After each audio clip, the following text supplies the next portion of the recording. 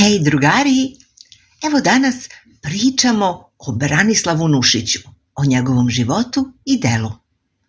Pa znate, ako bismo tražili pisca koji je smehom obeležio našu književnost, ime Branislava Nušića bi bilo na prvom mestu.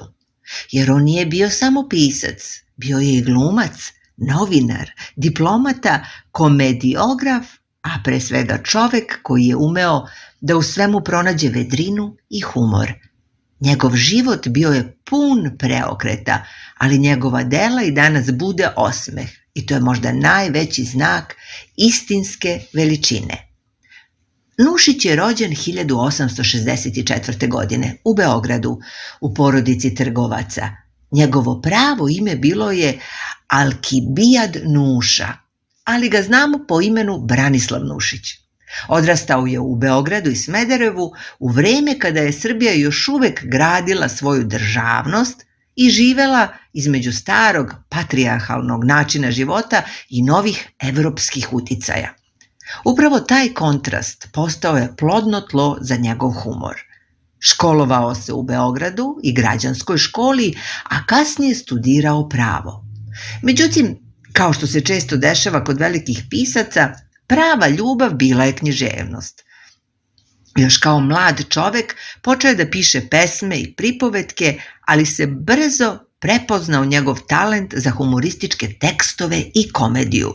Njegovo pero imalo je dar da smeh pretvori u oružje protiv ljudskih slabosti i gluposti, poroka. A život mu nije bio lak. Zbog jedne pesme u kojoj je ismejao kralja Milana Obrenovića, završio je u zatvoru. To iskustvo ga nije obeshrabrilo, već mu je dalo novu snagu da piše još hrabrije i još duhovitije. Kasnije je radio kao novinar i diplomata, službovao je u Prištini, Skoplju i Bitolju, a to mu je omogućilo da upozna različite krajeve i ljude. Upravo iz tih iskustava nastale su mnoge njegove pripovetke i reportaže.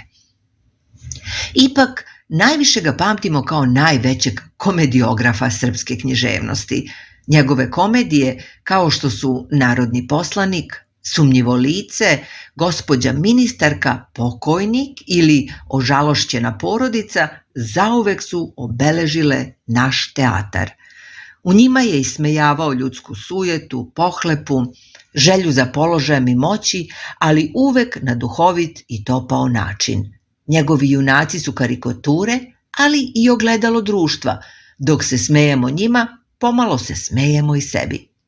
Nušić nije pisao samo za odrasle. Njegova dela za decu poput Hajduka, autobiografije ili raznih pripovedaka pune su nestašnog duha i iskrene radosti.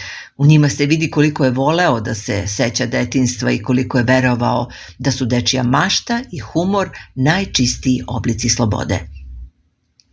Bio je organizator kulturnog života, jedan od osnivača Narodnog pozorišta u Skoplju, prvi upravnik Srpskog narodnog pozorišta u Novom Sadu, neumoran u širenju kulture i pozorišta po celoj zemlji.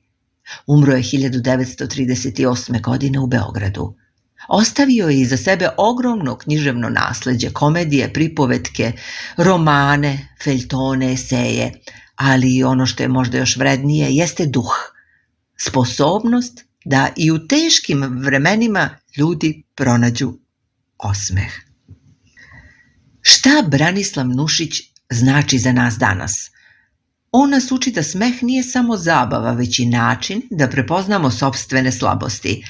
Njegova dela nas podsjećaju da se ljudska priroda nije mnogo promenila i danas postoje sumnjiva lica i danas imamo gospođe ministarke, mi i danas se borimo sa istim manama. I upravo zato njegovo delo ostaje živo i savremeno. Nušić je bio i ostao majstor smeha, ali i majstor života. Njegov put od mladog buntovnika preko diplomate i zatvorenika do najvoljenijeg komediografa pokazuje da se humor može roditi iz muke, iz tuge i da uvek nosi snagu da nas podigne. Možda je najbolje reći da je Branislav Nušić bio čovek koji je celo jedno društvo učio da se smeje i drugima i sebi. a to je lekcija koja nikad ne zastareva.